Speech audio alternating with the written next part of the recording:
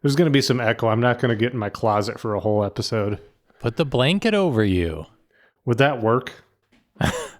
It would get rid of some of the low echo, but if it's annoying, that's not necessary. I don't know if it is. Do I sound any less echoey now? You sound quite a bit less echoey. Do I really? Yeah. Okay. What'd you do? I put a pair of jeans that were on my chair over my head. It works. Okay.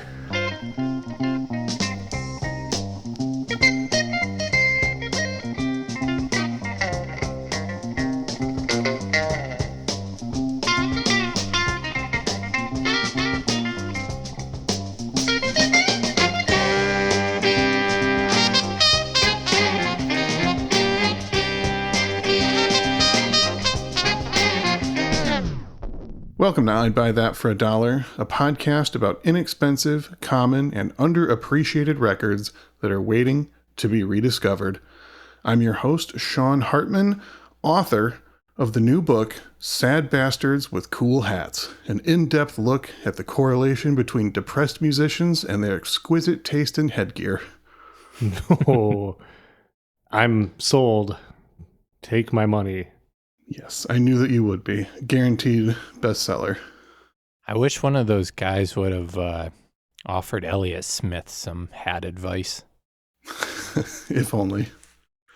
I'm co-host Jeremy, and I'm just along for the ride. Yeah, I don't plan to contribute much on this episode. Nope, just a John Denver cover. A 1986 John Denver cover. True. Wow. Sean's pretty good with that. You pulled that right out, Sean. That's true. I did my research, at least on a few things. Well, I'm co-host Peter Cook, and, it's a new year, 2026 here, and I've changed. I've changed a lot. Yeah? Yeah. How? Well, I can hear it in your voice. Yeah. That's, it's telling, isn't it? New year, new me.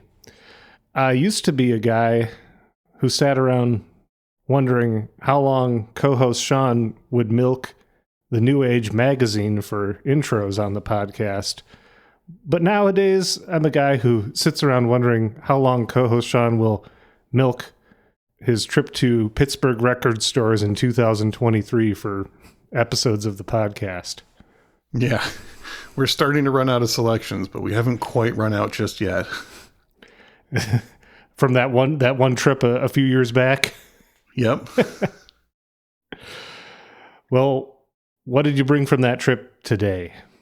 Well, I believe this is the third entry in that Pittsburgh trip mini-series on the podcast. We did Robert Thomas Verlaine, Michael Parks, and today we're doing Danny O'Keefe in his 1972 album, O'Keefe. Now, you had specifically sought out a lot of this sort of more subversive country music. I don't know if there's a specific subgenre I should be using, but I've learned that you on that trip was it at Jerry's that you went? It was at Jerry's. Yeah, I went to. Well, no, I went to Jerry's, but the country records that we've covered were all purchased at Attic Records because Attic Records is not quite as big as far as square footage as Jerry's, but it still has a lot of records, and the records are all on sideways shelves, which makes it a little harder to just randomly browse. And I knew that going in, so I had made a little list of specific records to look for so I didn't just wander the halls feeling lost. And right before leaving, I had just been feeling a little bit of a country kick and had looked up lists of the subgenre that's often called cosmic country, which is one of those subgenres that's completely made up and there's not any real rules as to what it means, but usually it's country with a little bit of a psychedelic leaning, or at least country where the singers talk about drugs, that kind of thing. You know it when you see it. Yeah, you know when you see it. So I made a little list of some interesting country records that were in the price range that could be on this show, and I found pretty much everything I was looking for at Attic Records, and here we are, still talking about those selections. I have to say, the following year, 2024, the three of us, along with Mark Weathersby, aka DJ Mahogany, all went to both Jerry's and Attic Records in Pittsburgh. And what was the stuff? I'm blanking on what we drank at that bar in between the. What is it that we? Kava. Kava, yeah, we had kava, and we were legally not our best selves. True. I remember we went to Attic, and the shelving, the whole situation there with the vertical shelving, it was very overwhelming for me in my state at that time. Yeah. I remember it was a good thing that they closed, because I was starting to feel not my best self. I think they kicked us out. They closed for the day. They're still in business. No, yeah. I mean, they closed that day while we only had so much time to browse there, but it was too good a store for me to just leave, even though I wasn't feeling well. So yeah, you definitely have to have a certain amount of available focus to be able to really dig at Attic, or you have to know specifically what you're looking for. True. Well, let's hear a selection from this Danny O'Keefe. Yeah, let's do that. Let's go ahead and listen to the first track on the album and Danny's only real hit. Some people might describe him as a one-hit wonder, and this is the only song most people have ever heard by him, if they've heard him at all. I'm talking about the country standard Good Time Charlie's Got the Blues, Side A, Track 1.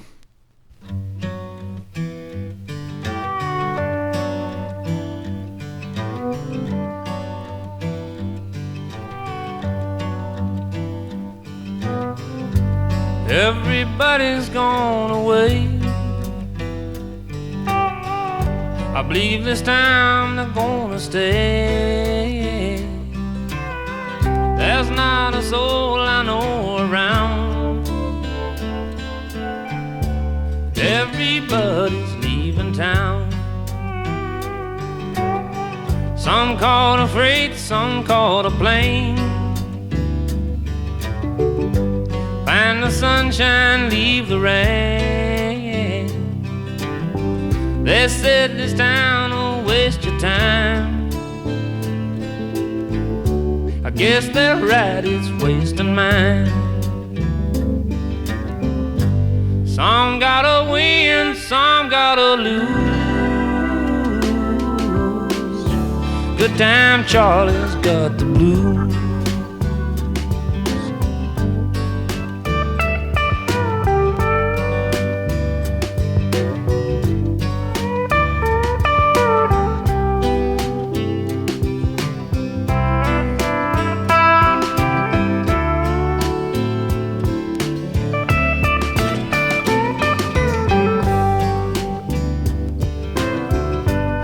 My heart keeps telling me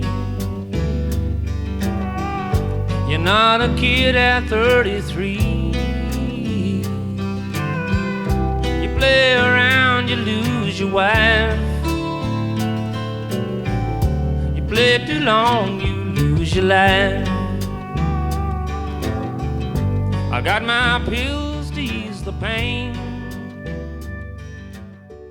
When you sent this album, Sean, and said, hey, this is what we're doing, I was like, I don't know Danny O'Keefe, and started the sucker up and was like, oh, this song. I don't think I'd heard this version before, but I've heard the song before. But I love in his version here that pre-chorus, or that beginning of the chorus where everything kind of drops out except the vocal and a little bit of background sound, and then it kicks back in. That's great. It's funny, Jeremy. I believe if you were to go back to the Leon Russell episode, Sean mentioned this album and he had played it while we were all hanging out at your place after that trip to Pittsburgh when he was on his way to Michigan. And I think I said, I don't think I'm familiar with that. And you said, yeah, you heard it when we were all listening to it while Sean was here. So now I'm flipping it on you. You have heard this at least once, I believe. Oh, wow. And I think my memory was that after the first song or two, you were like, yeah, the first song's the only good one on here. Well, we must not have got to honky tonkin'. Yeah, or maybe it just required a second in-depth listen when there wasn't a million things going on all at the same time, you know? Fine. Yeah, I think I had actually left before this album was even put on in that hang, but I'm not splitting hairs here or anything. Who can say? But yeah, that's a classic right there, and it's kind of hard to say was I familiar with this version or one of the many other covers. It's a standard.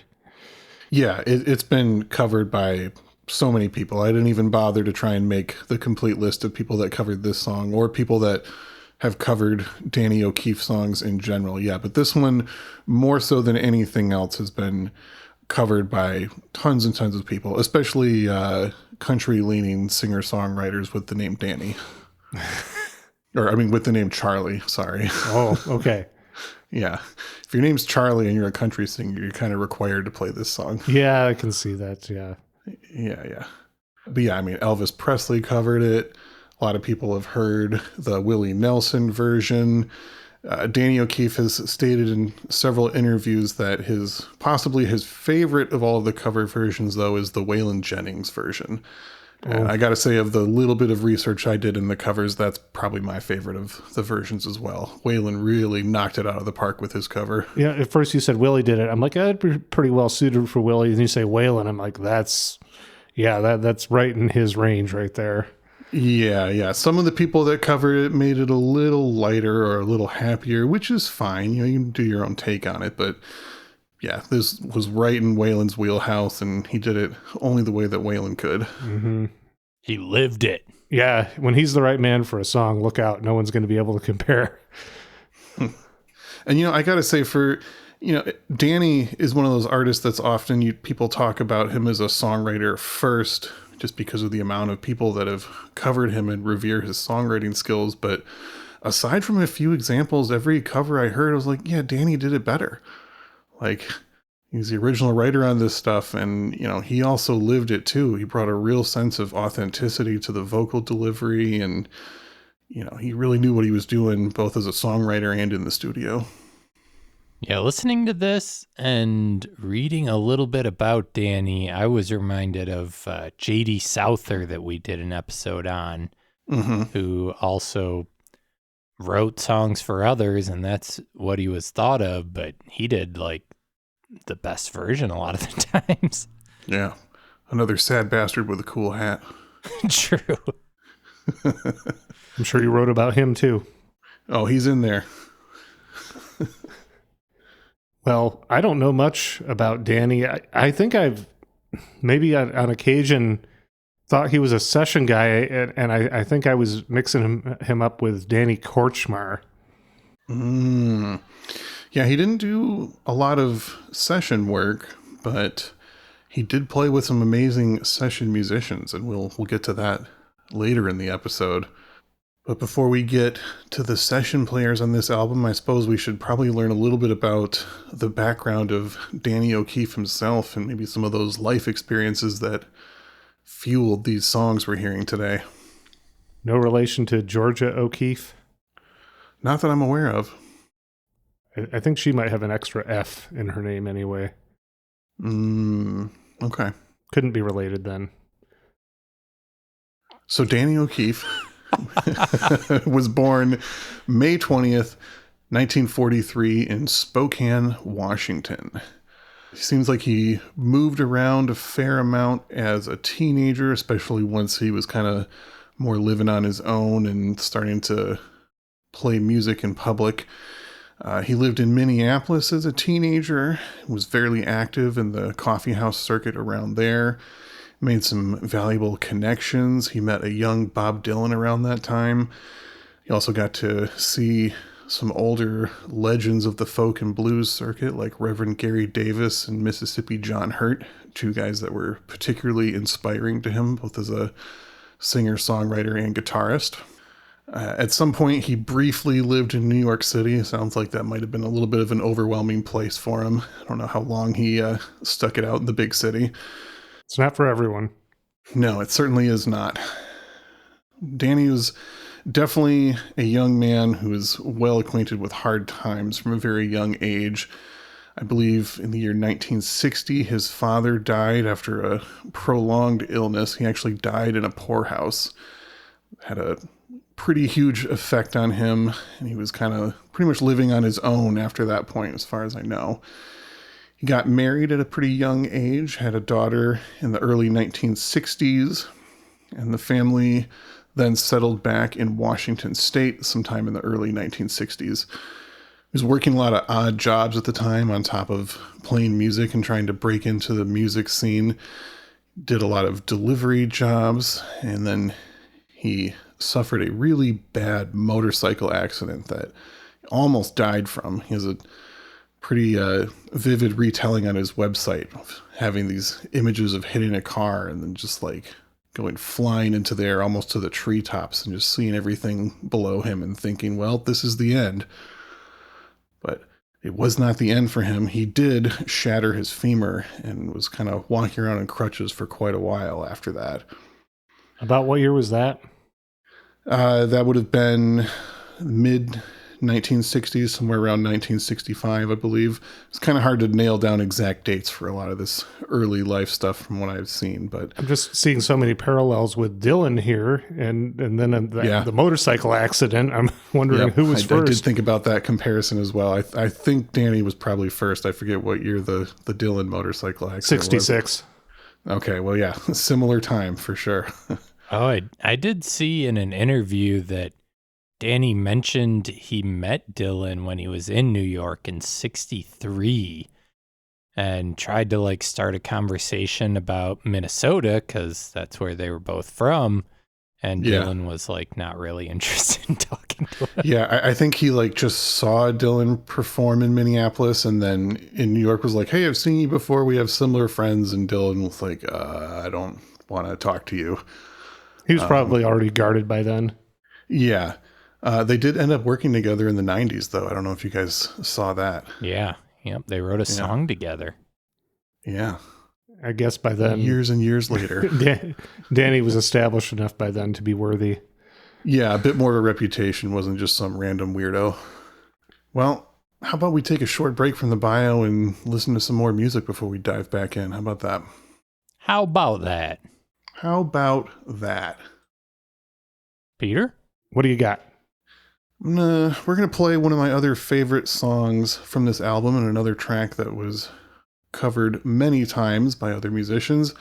Talking about The Road, Side A, Track 5. Named after my favorite Cormac McCarthy novel.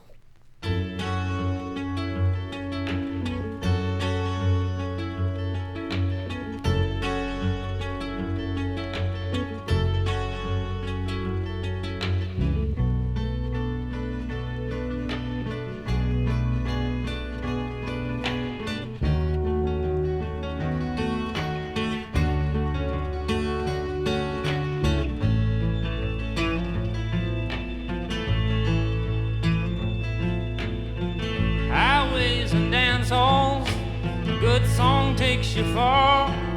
You write about the moon, you dream about the stars. Blues in old motel rooms, girls in daddy's cars. You sing about the nights, you laugh about the scars. Coffee in the mornings, cocaine afternoons. You talk about the weather, you grin about the room.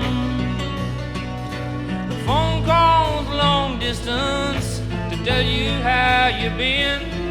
You'll forget about the losses, you'll exaggerate the wins. And when you stop to let them know you got it down, it's just another town along the road.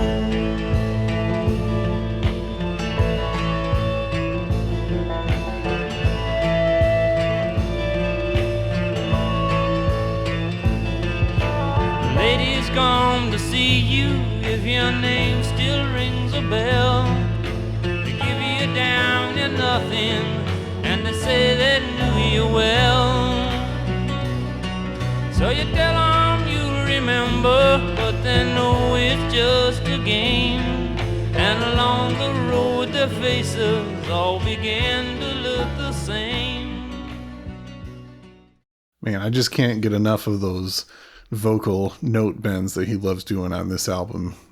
That song especially, it just gets me every time. I feel like the stereotype of the singer-songwriter who other people make their songs better, it's because the vocal delivery is kind of like flat or doesn't have the juice, but Danny's got the juice here. Oh, He's given a solid delivery. 100%.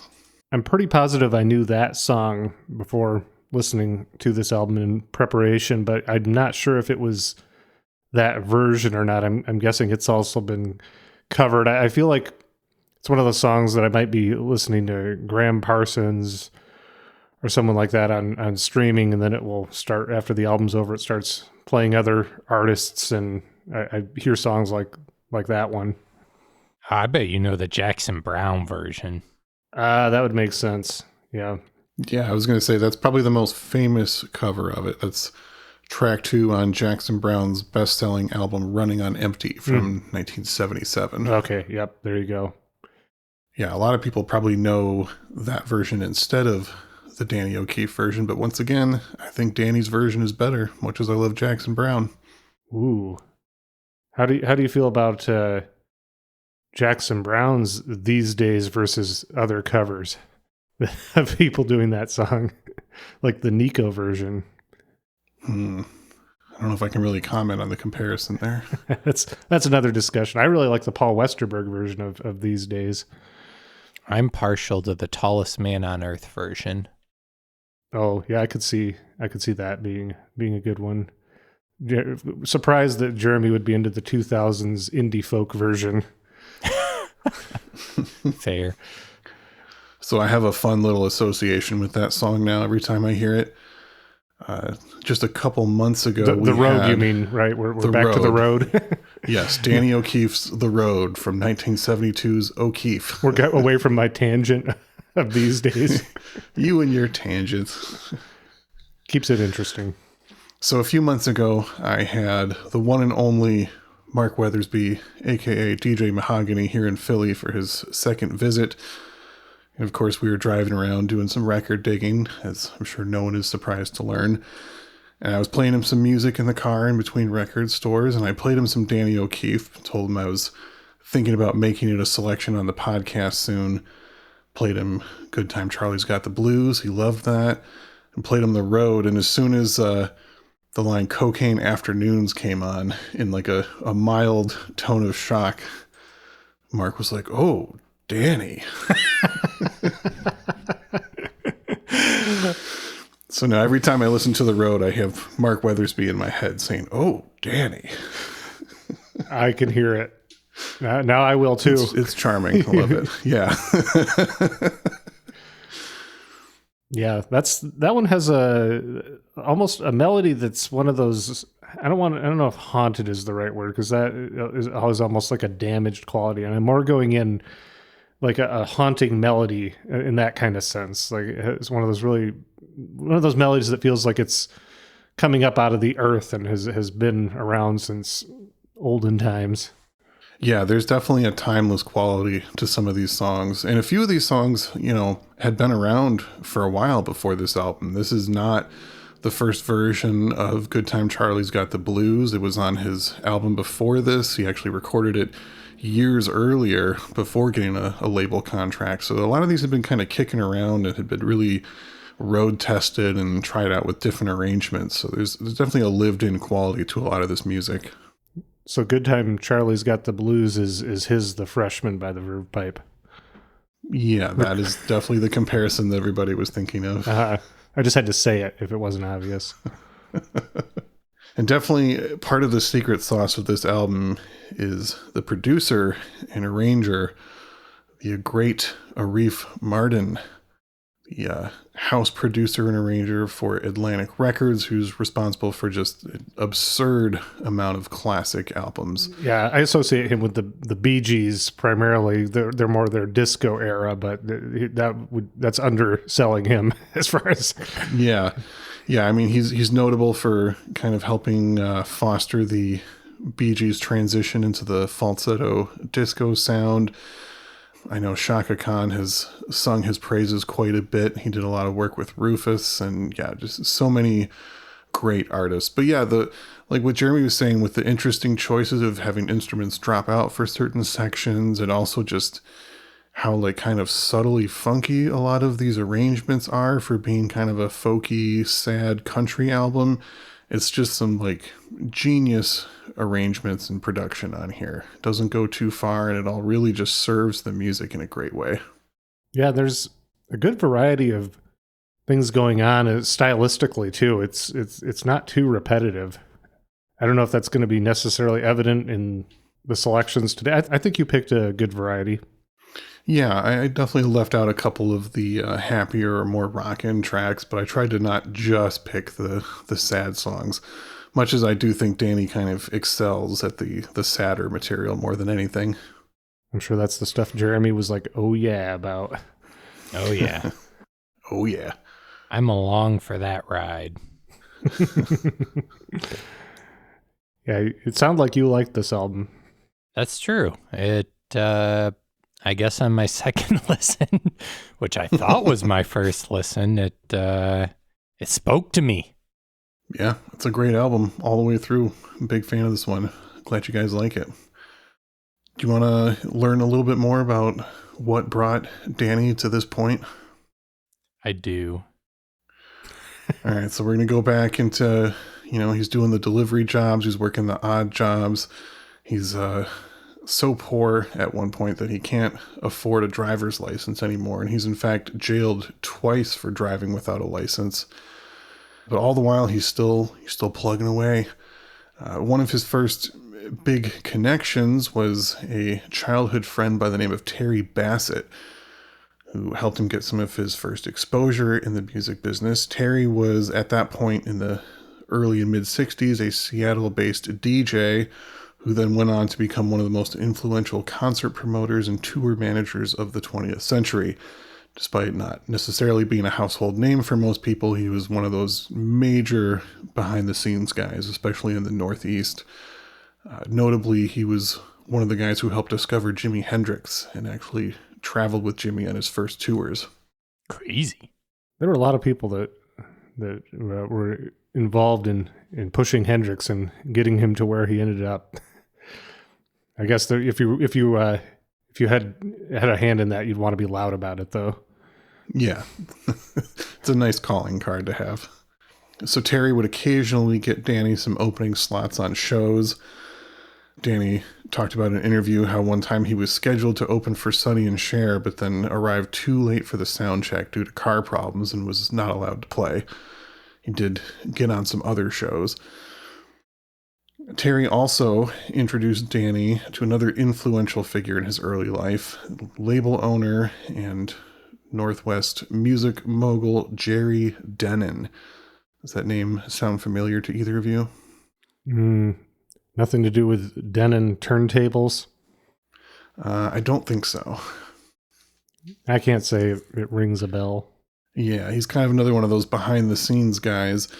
In 1963, he was the producer and original distributor of the big hit Louie Louie by the Kingsmen. Oh, baby. Oh, baby.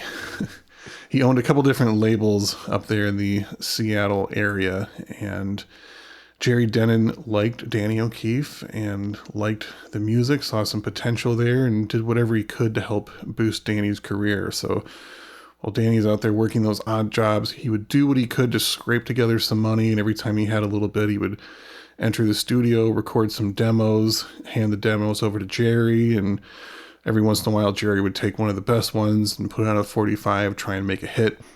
Most of those kind of didn't go anywhere. And then he had a minor Northwest regional hit in 1966 with the 45, That Old Sweet Song. That was on Jerry Denon's Piccadilly Records. Oh, I do. Yeah, I know that label. Yep. Then off of that, Danny released his first LP called Introducing Danny O'Keefe. It also came out on one of Jerry Denon's labels. The album didn't really go anywhere. It wasn't much of a hit, but it is quite a collector's item now. Not a lot of copies out there. Usually in interviews, Danny kind of talks about how he kind of cringes hearing his earlier material from this Seattle time, but the stuff I heard I thought was great. There's an interesting rawness to it and an interesting mix of sounds. You got a little bit of the country and definitely some of that like psychedelic folk and, you know, the hippie music that was happening at the time. And he definitely showed a lot of promise from a very young age as a singer-songwriter. Yeah, I hear that a lot with musicians, that their earliest material, they're embarrassed that it was documented, but it's often stuff that the fans love getting their hands on, because there's often like a eagerness and a hunger in an exploration and excitement in those early recordings that gets kind of squeezed out, even if they continue to do great work and become better as songwriters and musicians. Sometimes there's something incomparable about the early excitement of people writing and recording. Yeah, I would definitely agree with that. A lot of the material from this time was later in like the late 70s re-released under the name The Seattle Tapes. Those albums are a little cheaper than getting the actual original LP if you want to seek that out. So as he's starting to gain just a little bit more notoriety and connections in the mid-60s, he then joins a group called Calliope in 1968, a very short-lived group. They were kind of a four-piece heavy psych band. They actually got signed to Buddha Records and put out one album in 1968. Okay, I was going to say, is this the Calliope? Yeah, I mean, I think there's a few bands that had that name. Yeah. But yeah. No, but the one on Buddha. Yeah. Yeah. I had no idea he was involved in that. Wow. Yeah. It's interesting because that album I feel like it's strangely undervalued. When I was listening to the music and looking at that, I was like, man, this Calliope stuff must be super expensive. But no, it's like almost cheap enough to be put on this show. It's kind of wild. Wow. Yeah, great album. Danny wrote, I think, 2 of the songs on there. Plus there's a Bob Dylan cover and a Mamas and the Papas cover. Good mix of sound, and kind of also just, I think it also explains some of the mix of sound that you hear on this album. There's like one track on this album that gets a little heavier, which may sound like it comes out of nowhere compared to the country and folk stuff. But when you go back through Danny's history, yeah, he had a lot of stuff going on. Wild. Full of surprises. Yeah. I didn't really have time to dig into his story, so this is all new to me. Nice. So yeah, after the short-lived run of Calliope, Charlie was trying to start another band, and he was actually working with Buffalo Springfield manager Charles Green. They were working on putting a band together, and then one day they were at band practice, and I would imagine they were probably not their best selves. And they had some kava. Danny, Charlie kind of randomly decides, like, hey, let's call up my friend Amit Erdogan at Atlantic Records and play him some of these hot songs we've got, see if he'll sign us. So they call him up, and over the phone, Danny plays Amit a few songs, including Good Time Charlie's Got the Blues. And somehow Amit liked it enough that the next day he drove down to audition the group in person. However, the band kind of quickly fell apart, or maybe never really gelled in the first place. But Amit still was impressed enough with the material that he gave Danny a solo contract, and then he got to release his first major label album, recorded entirely at Muscle Shoals, and also produced by Arif Mardin and released in 1970. That album was not much of a hit, but as used to happen back then, even if you didn't have a hit album, you were still given a chance to keep going and develop your sound a little more, and thankfully he did, and that's what brought us the album we're listening to today. So this was number 2. This is his third album, but his second major label album. Second album that had any kind of real distribution or notoriety or anything. Yeah, real album. Not some DIY BS. Yeah, and like I said, the 1970 album also had another version of Good Time Charlie's on it. And Arif was the one that really believed in this song so much that he encouraged Danny to record another version, and said, you know, he's got some ideas for a different arrangement that he thinks would work. And that's what finally made that track a hit after being kicked around for like almost a decade, it would seem. No, it needed to be, because clearly it's a standard. Yeah, it worked. Like an all-timer. Another story of the producer being like, nah, you got to do that one. And then it's the big hit. Yeah. So yeah, like I said, that song, Good Time Charlie's, was Danny's only real hit. His only top 10 hit. Went all the way up to number 9. Stayed on the charts for quite a few weeks and was certified gold with, I believe, over 1 million sales in the initial run. So yeah, it was a pretty substantial hit for him, on top of then being covered by many, many other people. Yeah, hopefully he had a good contractor publishing and has made some good loot on that over the years. Yeah, I mean, I didn't get any stats on how much he's raked in, but it sounds like, he's been able to at least survive off of those publishing rights. So still with us. Something. He's still with us. He's still making it happen.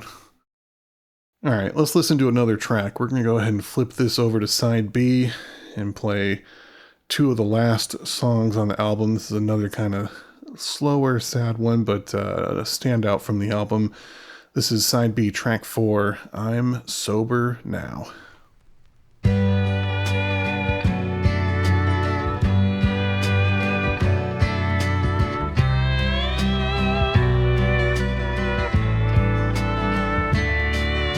You took my little heart, you ran it round this town. Now you're gonna find your circus needs a brand new clown. And I don't mind playing anytime. You all can get me drunk, but baby, I'm sober now.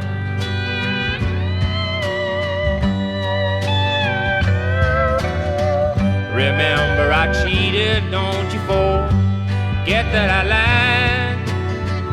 What you don't know, mama's just how hard I tried. And I don't mind playing anytime. You all can't get me drunk, but baby, I'm sober now.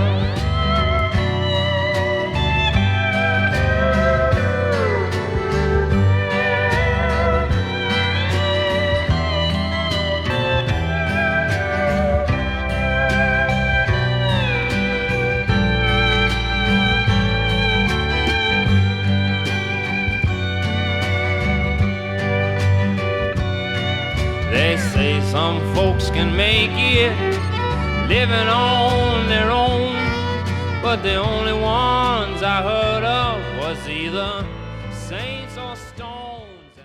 Well, the country music element of this has been pretty evident on all the songs that we've heard so far, but I think the country character was the most evident right there in that song. He leaned into that a bit more than on some of those other songs, and it's great. Love it. Yeah, and once again, the vocal delivery really shines on that one, both in the country affectations, but also like it's a very rhythmic vocal delivery. Like the vocals are kind of like driving the rhythm in a lot of ways. The backing stuff is a little bit more subdued, but it's just a great arrangement. As far as the variety on this album that I previously mentioned, I guess the thing that I don't know that is going to be evident in any of the songs that you chose today is the more rock element of this, which gets at times almost like progressive rock even, or psych rock. It goes pretty hard, wouldn't you say? Yeah, especially on, I think it's the song An American Dream, the first one on side B. Yeah, there's like a surprising kind of psych rock element there. And I almost picked that song to have more of a full representation of the sound on here, but then I just kind of went with the songs that were my favorites. Yeah, it's all good. It's there's really not a bad song in the bunch here, but I just thought I'd acknowledge that people might be surprised based on what we played today when they dig into the full album. Yeah, and there's a couple like more up-tempo country songs on here that I also almost included. There's The Question and a cover of the Hank Williams song Honky Tonkin' that are both excellent. So yeah, I definitely recommend giving the full album a listen, not just the tracks that we're hearing today. There's a lot of variety and a lot to love on this one. I did a little knee slapping when Honky Tonkin' came on, I won't lie. As one should. So real quick, I'm going to give you the briefest overview of what Danny was up to after this album. He released 2 more albums on Atlantic and then moved to Warner Brother in the mid-1970s. Later on, he started his own label in the mid-1980s, a label called Cold Water. And then, as we said, he signed with Bob Dylan's publishing company in the early 90s, was doing some work, writing some songs and working on arrangements, and co-wrote the Bob Dylan song Well, Well, Well, which was later covered by Ben Harper. He said the inspiration for the title and the lyrics was he was just given what was basically like a practice demo from Bob Dylan. And at one point, Bob is signaling the other musicians in the studio on some chord changes and just says, well, well. And Danny thought it would be funny if he wrote entire lyrics based on that and wrote a song about groundwater. Yeah, I saw that he became very pro-environmentally active, as I'm not sure how to phrase that, but yeah, I mean, he's a guy that loves the great outdoors, especially being a Washington State resident for a long time. Spends a lot of time out in nature and really has a great love for that. He's a longtime activist. He's been involved with Greenpeace, and he also famously started a foundation to protect songbirds that were endangered by coffee bean growers. yeah, that was part in one of his interviews that jumped out to me, that he was, a part of the movement that pushed for fair trade, shade-grown coffee that is now kind of the norm in like fancy coffees. But he was at the forefront. Yeah, seemingly one of the first people to be talking about that. Yeah, I thought that was cool as a coffee snob myself. Definitely. So we mentioned he's been covered by a lot of people: Jackson Browne, Willie Nelson, Waylon, Elvis, a couple others: Judy Collins, Sheena Easton, Jesse Colin Young, Leon Russell, Cab Calloway, and many, many others. And one thing that I thought was interesting is it's not like all those covers are just from this album. It's not like everybody just doing Good Time Charlie's. He's got covers from pretty much every album he did, even the like later stuff in the 80s when he was self-releasing it on his own label. That John Denver cover that we talked about was off of one of his Coldwater Records releases. So like, people really love this guy and we're really paying attention to his work. We've said it many times, but he's a musician's musician. Yeah, he acknowledged that, he didn't really do the things that need to be done to become famous himself. He didn't like doing a bunch of shows or the promos or making songs that were commercially viable. He just liked making songs that meant something to him. And that's cool in my book. I agree. Yeah, I think he accepted a long time ago that he was probably never going to have another hit quite as big as Good Time Charlie, but that didn't stop him from making some incredible music that people were still loving. Yeah, someone who loved the work more than the spotlight. Definitely. Yeah, and it shows. So before we get out of here, I want to talk just a little bit about the session players. One of Peter's first responses when listening to this is that it's got a country sound, but it doesn't quite have a Nashville sound. It kind of has more of a Memphis sound to me. And Peter was spot on without even looking it up. This is a 100% Memphis record. We've listened to so much now that you start to hear those things.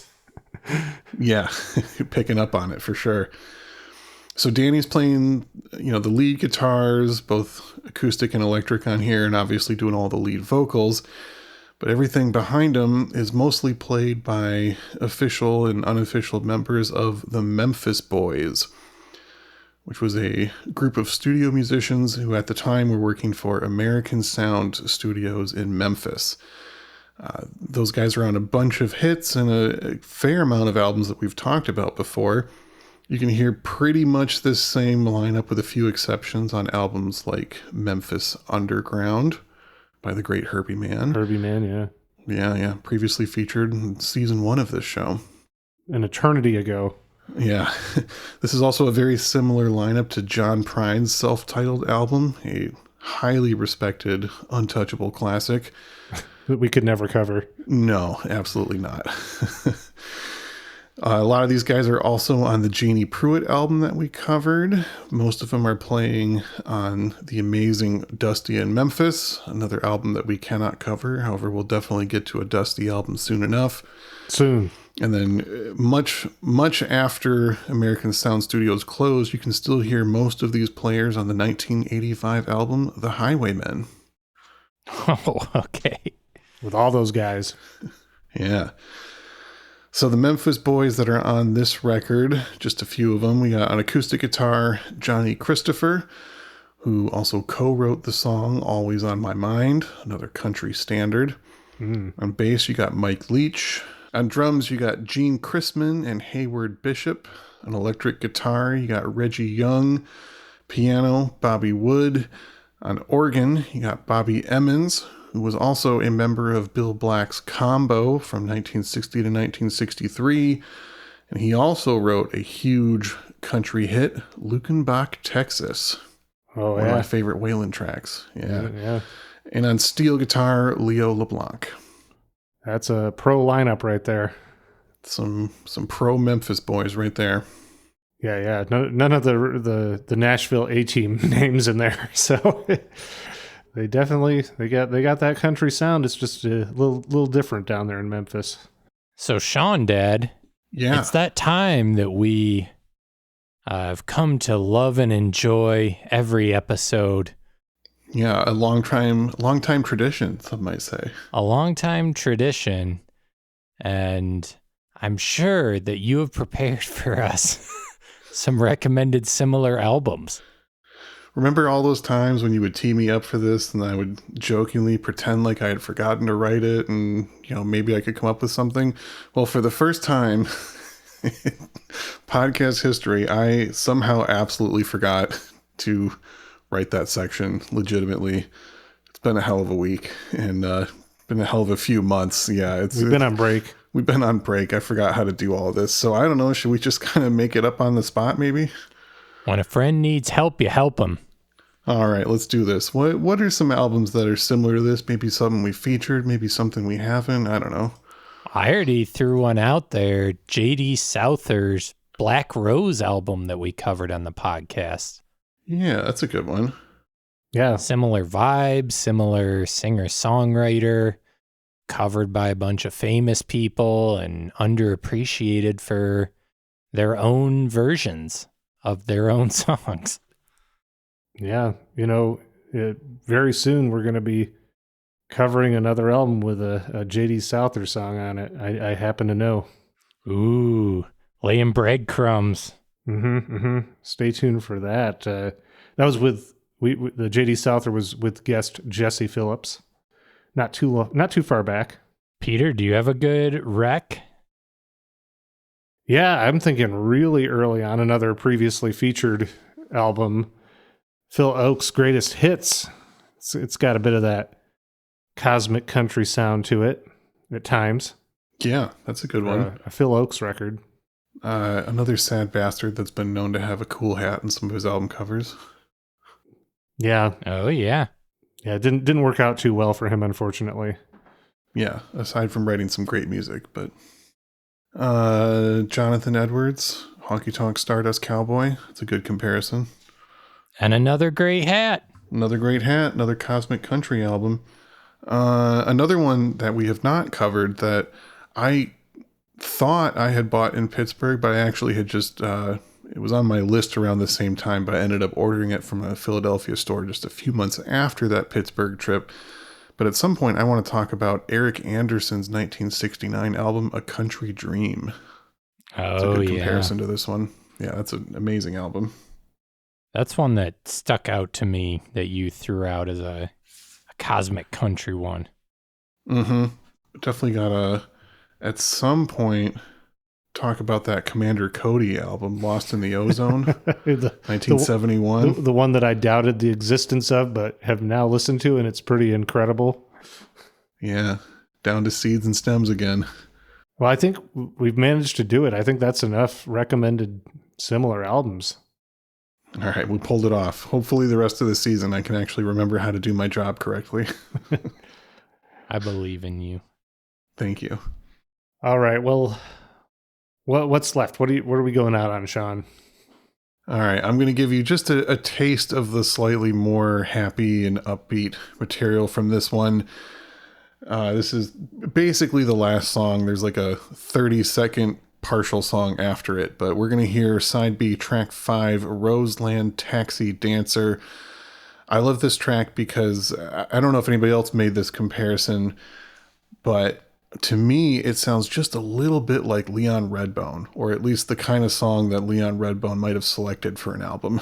Oh yeah, we talked about some of this sounding timeless, but this sounds archaic.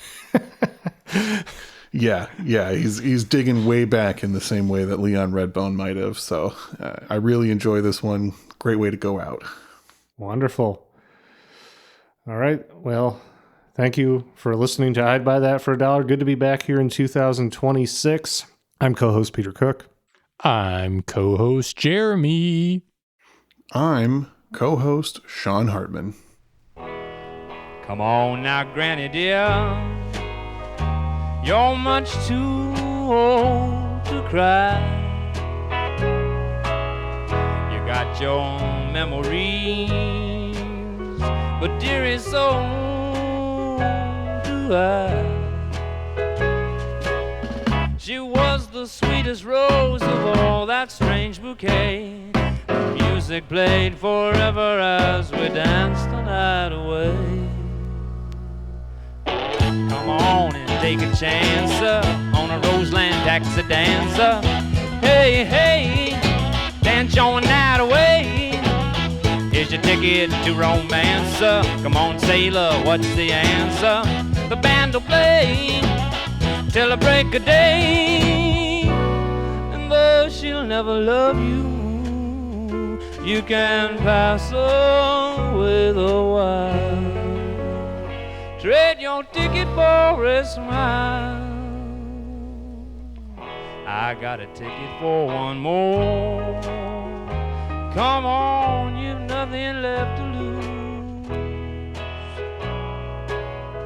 It's once more round the floor.